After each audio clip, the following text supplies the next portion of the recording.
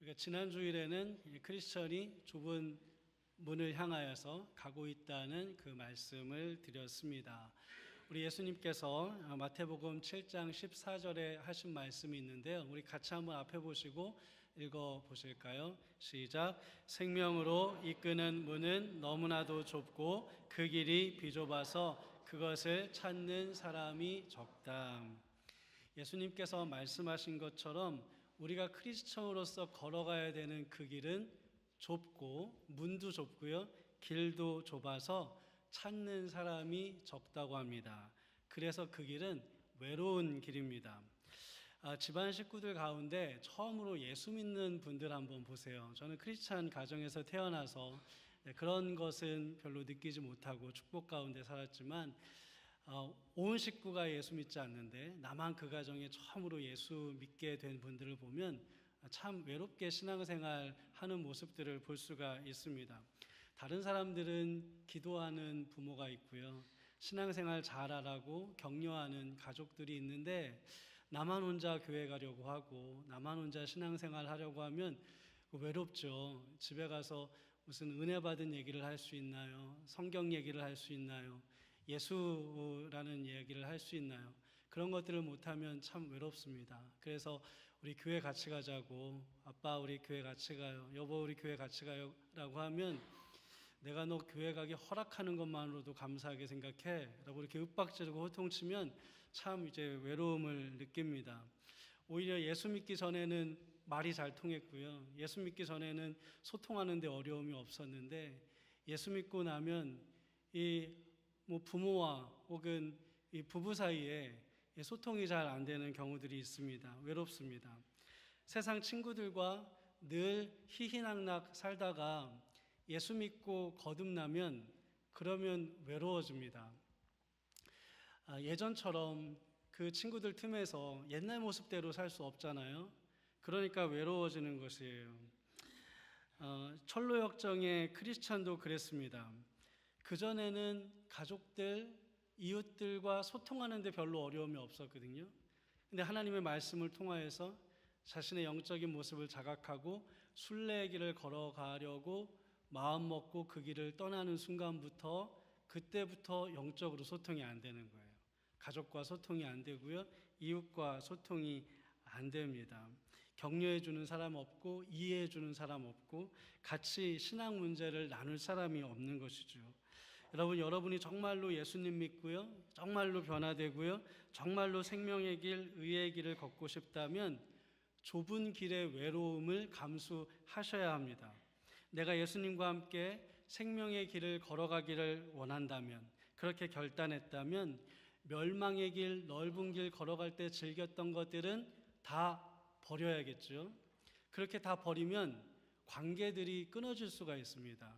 관계들이, 예전에 맺던 관계들이 그렇게 좀 소원해질 수가 있는 것이죠.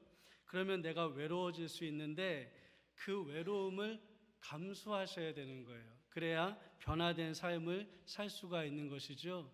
예수 믿고 좁은 길 걸어가는 그 걸음의 외로움을 감수하지 못하면 결코 변화된 삶을 우리가 살아갈 수 없습니다. 철로역정 3장을 보면 이렇게 시작을 하거든요. 그때 크리스천은 혼자 외롭게 평원을 걷고 있었는데 평원 저쪽에서 마주 걸어오고 있는 한 사람을 보았다. 철로역정의 크리스찬도 순례를 하면서 혼자 외롭게 걷고 있었답니다. 신앙생활을 시작할 때 우리가 그렇습니다. 신앙생활이 조금 외로워요. 하지만 너무 걱정하지 않을 것은 영원히 외롭지는 않습니다. 그를 향해 걸어오고 있는 한 사람이 있다지 않습니까?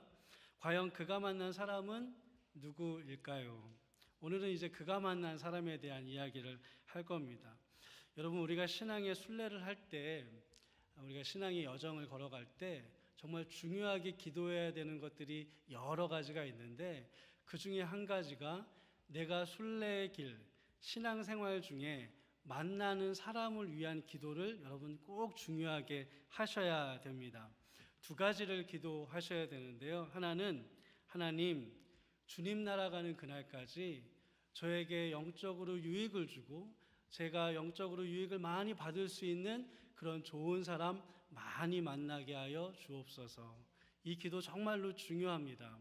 또 한 가지는 하나님, 제가 순례의 길을 가는 동안 그 순례를 방해하는 사람들도 있을 터인데 그런 사람들을 구별해낼 수 있는 지혜를 주시고 그들이 저를 유혹할 때 그 유혹을 극복할 수 있는 믿음과 능력을 주시옵소서. 이 기도도 정말 중요합니다.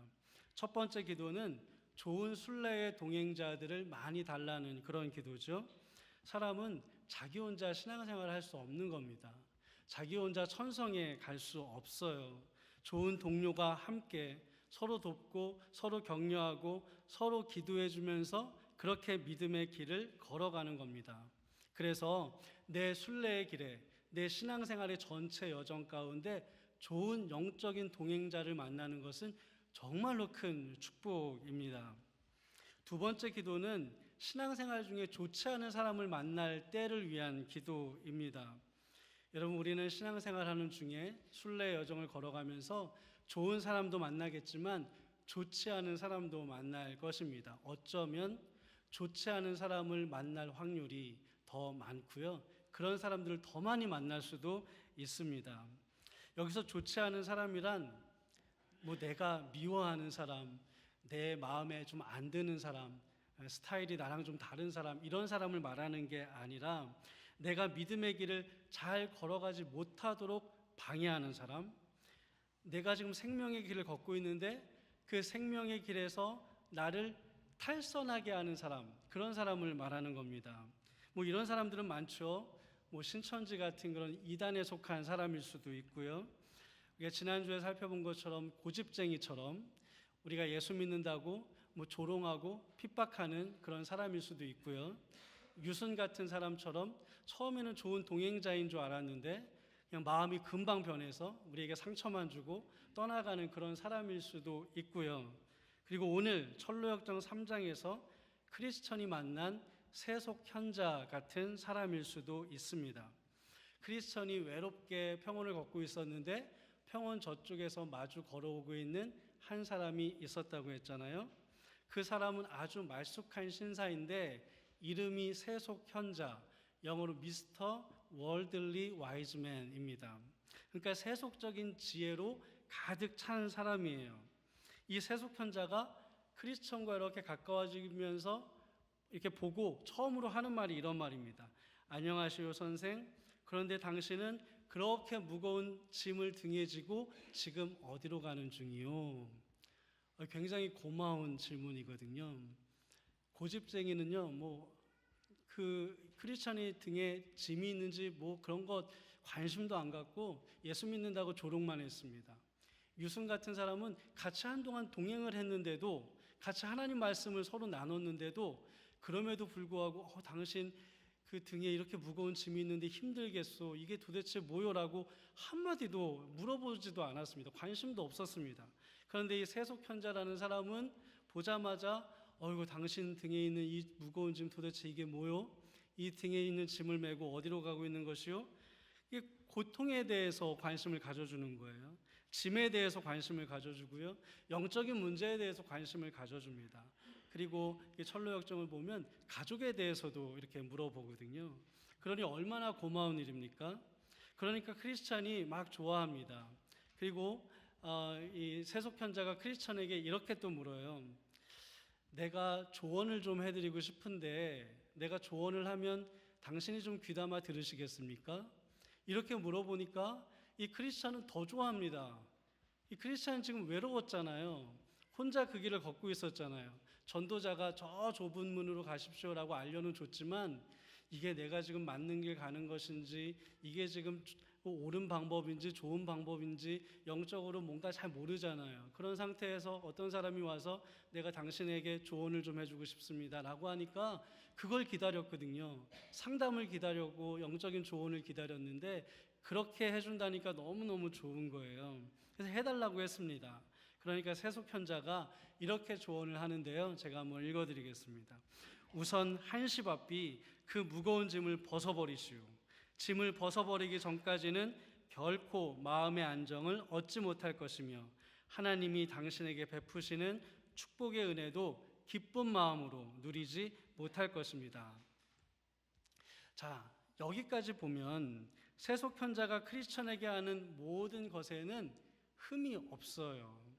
그의 영적인 문제에 관심을 가져주고요, 가족에게도 관심을 가져주고요, 그 무거운 짐을 빨리 벗어버리라고 하죠.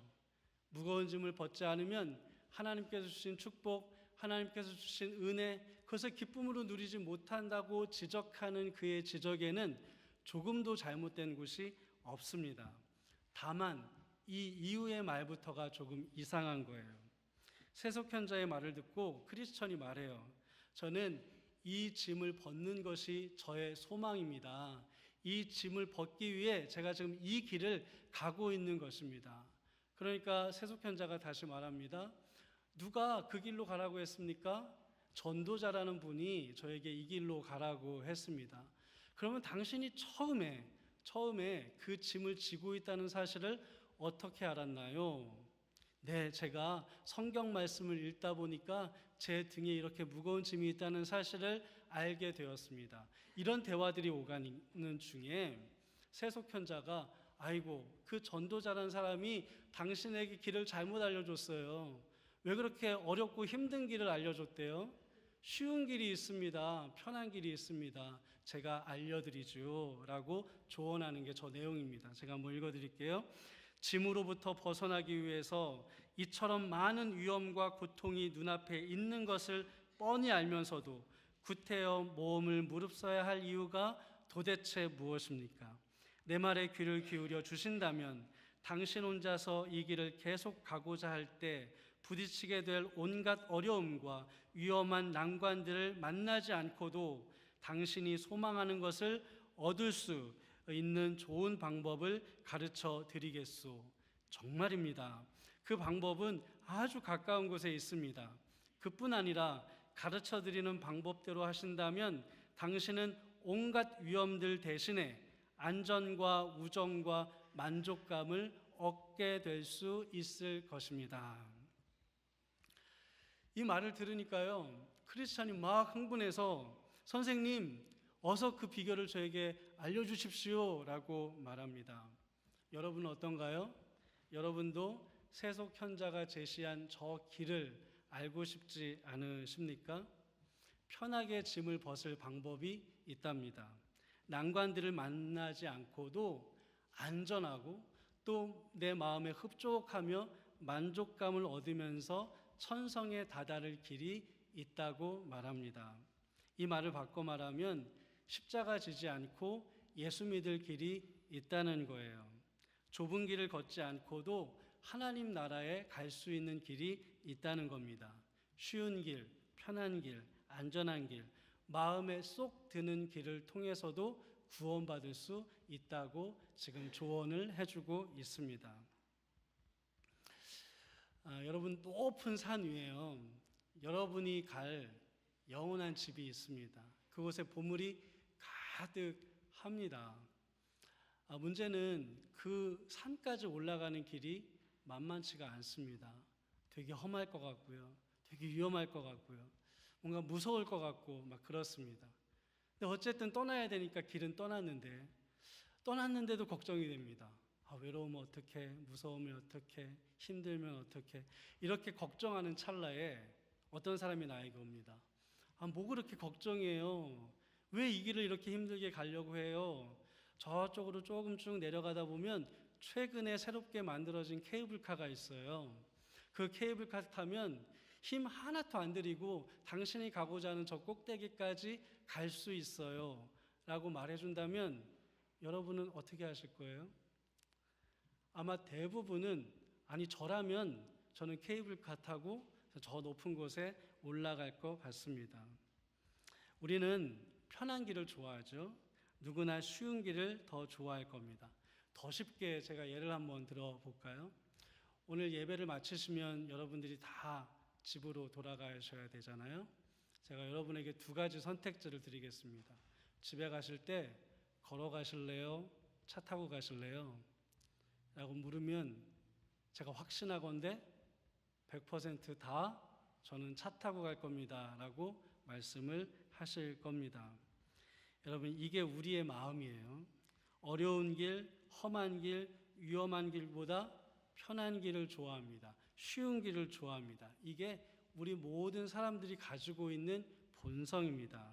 그런데 그 본성을 뭐라고 부릅니까? 인간의 이 본성을 욕망이라고 부르는 거죠. 여러분, 길이 두 개면 아무 상관이 없습니다. 길이 두 개면 내 욕망에 맞는 대로, 내 마음에 드는 대로 더 편한 길을 둘 중에 하나 선택해서 가면 되는 거예요.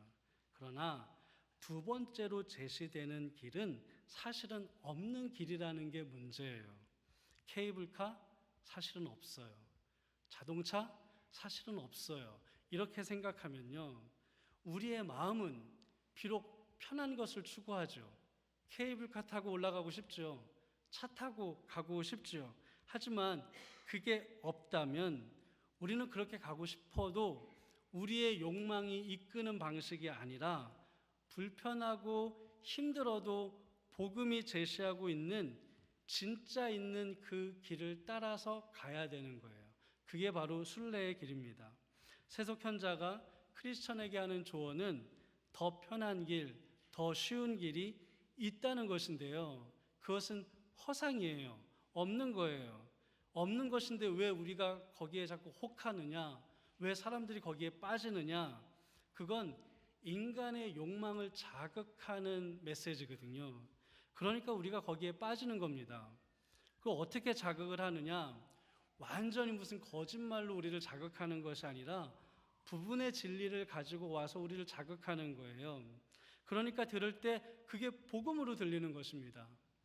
짐을 벗어버려야지요. 짐을 지고는 저기까지 천성까지 갈 수 없습니다. 짐을 지고는 하나님의 은혜를 누릴 수가 없습니다. 하나님의 축복을 누릴 수가 없습니다. 다 맞는 말이잖아요. 이게 맞는 말이니까 그가 던지는 모든 메시지가 다 진리처럼 들리는 것입니다. 그러나 세속현자는 지금 약간의 진리를 섞기는 했으나 복음이 아닌 우리 사람의 욕망에 딱 부합하는 다른 복음, 변질된 복음을 우리에게 전하는 겁니다.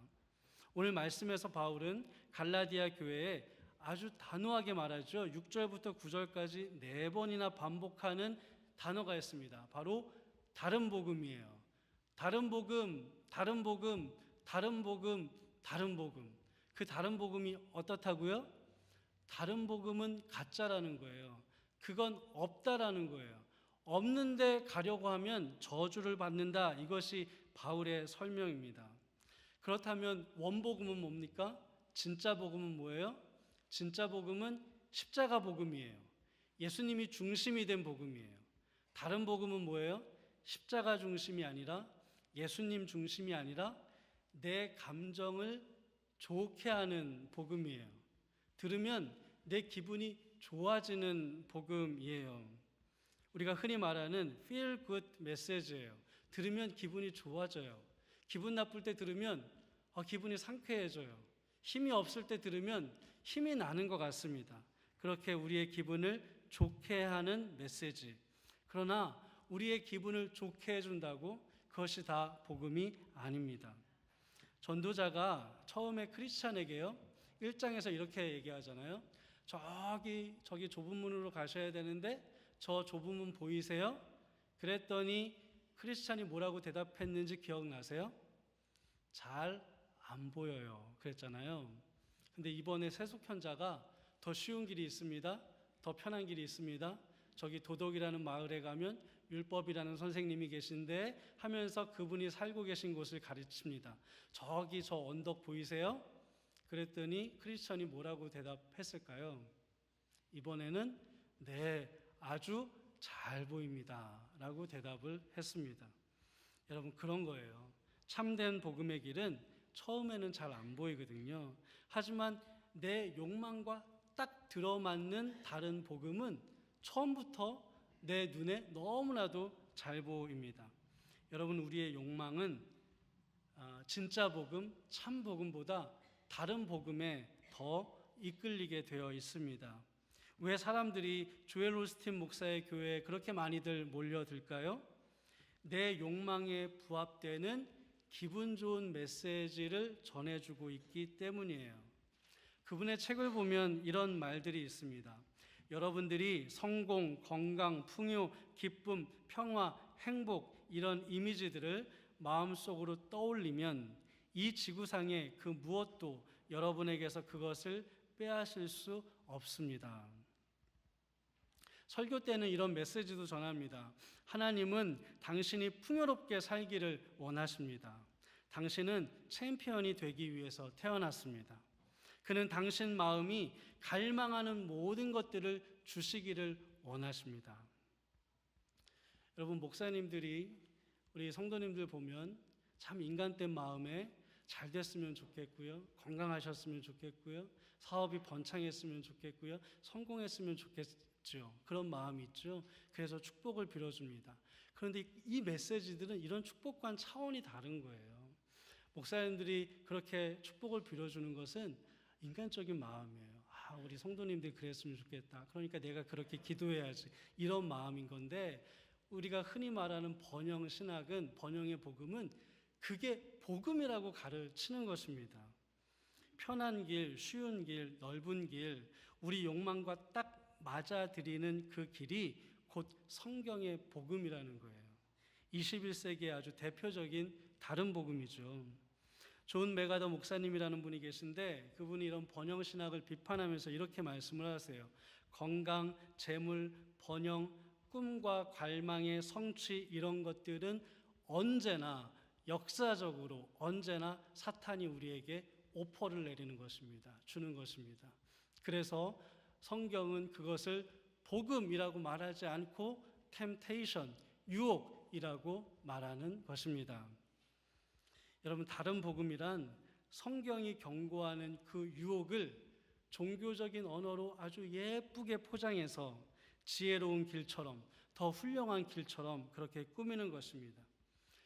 예수님께서 40일 광야의 금식 기도를 마치셨을 때 사탄이 예수님께 와서 한 유혹들을 생각해 보세요. 뭐라고 유혹했습니까? 배고프지? 지금 힘이 없지? 이거 먹고 더 건강해지십시오. 왜 이렇게 인기 없이 살려고 합니까? 성전 꼭대기에서 뛰어내리면 천사들이, 수많은 사람들이 보는 앞에서 받아줄 것인데, 그러면 당신은 챔피언이 될 수 있습니다. 승리자가 될 수 있습니다. 성공한 사람이 될 수 있습니다. 스타가 될 수 있습니다.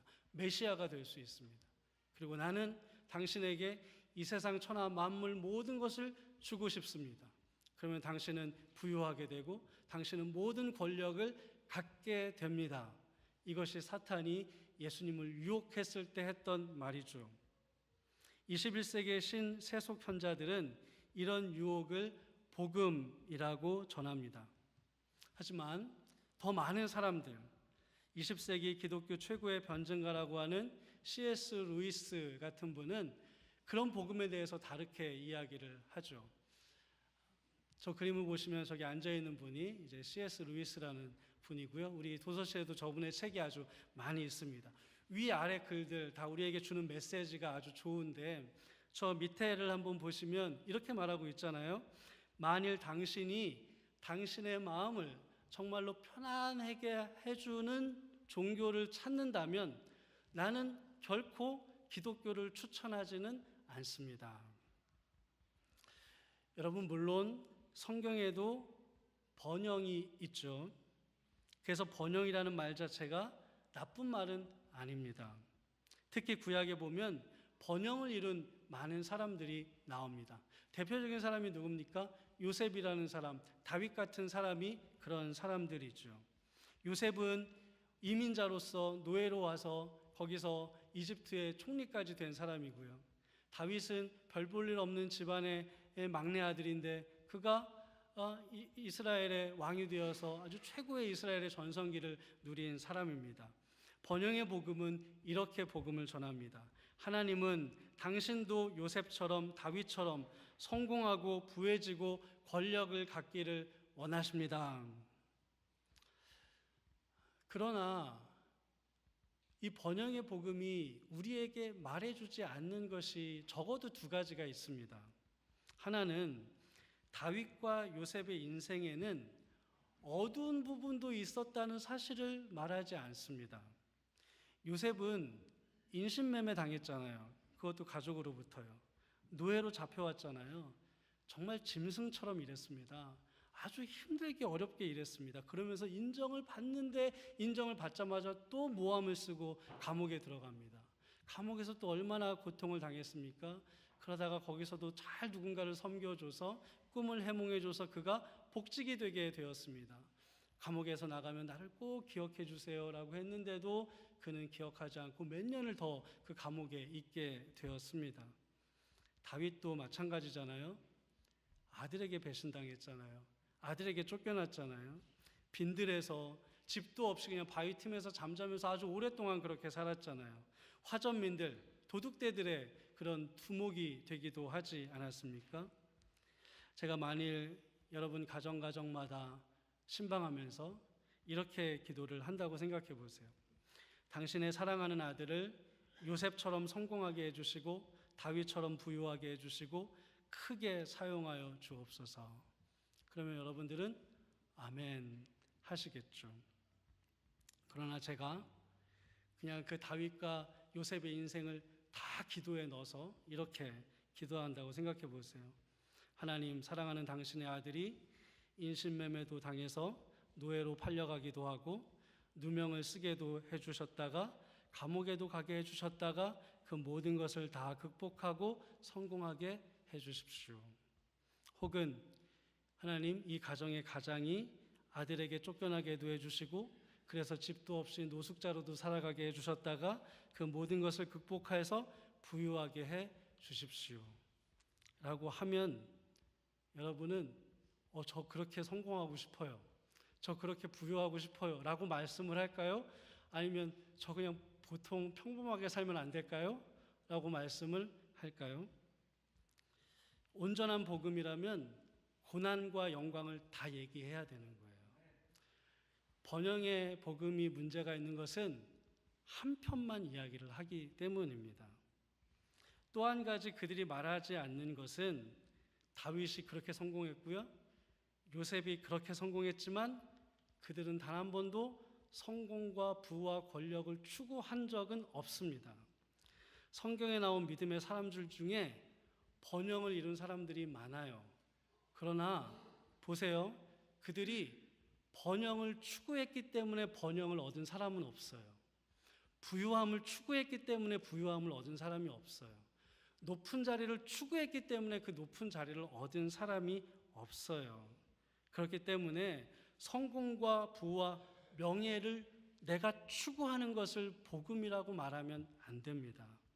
오히려 바울은 우리에게 뭐라고 가르칩니까? 나는 자족하기를 배웠다, 이렇게 가르치죠. 자기만 그런 것이 아니라 그가 사랑하는 제자 디모데에게 말을 할 때도 똑같이 얘기합니다. 디모데전서 6장 6절부터 10절을 보면 자족하며 사는 것이 경건의 큰 유익이다 라고 가르칩니다.